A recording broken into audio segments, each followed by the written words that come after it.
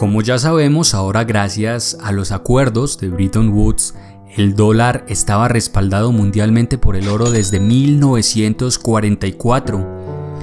Pero en 1955 inicia la guerra de Vietnam y Estados Unidos imprimía y enviaba al exterior miles de millones de dólares para financiar esta guerra. Ya por los años 60, algunos empezaron a sospechar que la cantidad de dólares impresos en el mundo era muchísimo mayor que la cantidad de oro existente.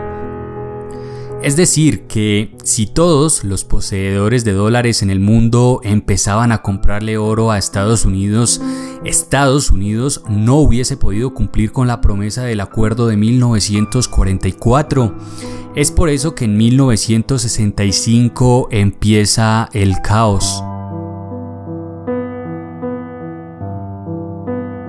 Pero vayámonos unos años antes de esto.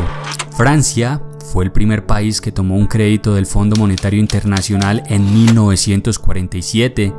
Su ejemplo lo siguieron otros países europeos. Como resultado, los países del viejo continente tenían en sus manos dólares con mucho peso en el mundo y lastimosamente sus propias monedas iban perdiendo su valor. La inflación y la subida de los precios en los siguientes años empezaron a ser el principal problema de los países europeos. Fue así como decidieron empezar a hacer más fuertes sus propias monedas.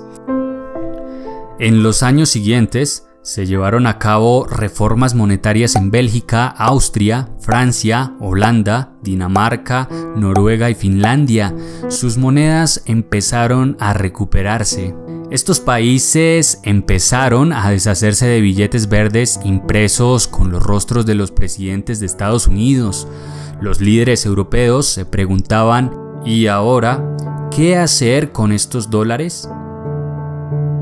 Esta guerra contra el dólar empezó el 4 de febrero de 1965 en una reunión en Bélgica. El presidente de Francia, Charles de Gaulle, le recordó a Estados Unidos sobre su promesa de poder cambiar dólares por oro con el precio fijado en 1944.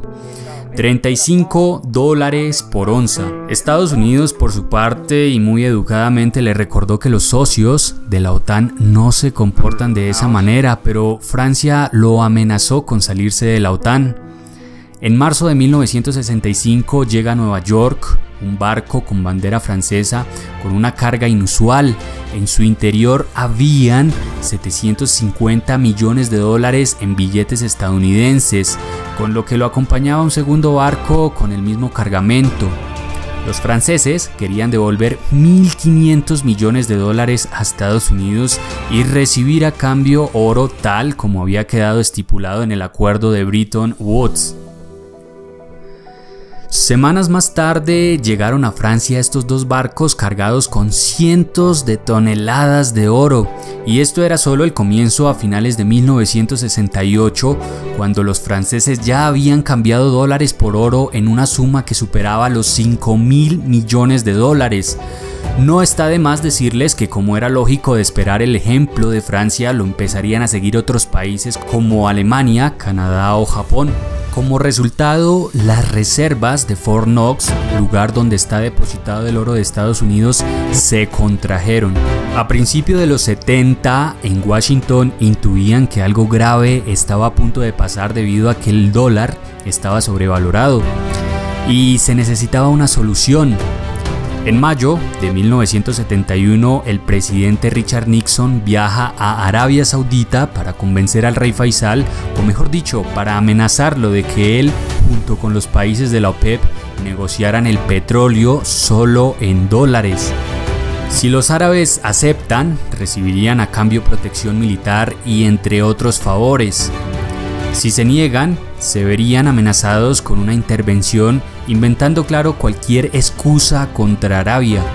Y bueno, ya sabemos todos que Arabia Saudita aceptó, y fue así como se crearon los petrodólares, o sea, el dólar respaldado por el petróleo, lo cual mantendría a Estados Unidos en la cima del poder, y el dólar como divisa dominante a nivel mundial. Pero eso ya es otro cuento aparte, lo de los petrodólares, y en otra ocasión lo veremos. Como les decía, Nixon había hecho de las suyas y regresaba a Estados Unidos con un as bajo la manga. Y en agosto de ese año, en 1971, Nixon anuncia al mundo que temporalmente abandonaba los tratados de Bretton Woods y que por lo tanto ya no se podía comprar oro con dólares.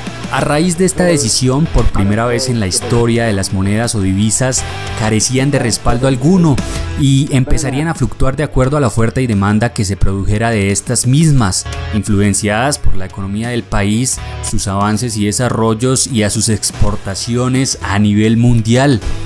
Más adelante explico con un ejemplo práctico cómo una moneda o divisa llega a valer más que otra, por qué los dólares valen más que la moneda pesos de los países latinoamericanos y cómo estamos influenciados en nuestras vidas directa o indirectamente por el mercado forex o mercado de divisas.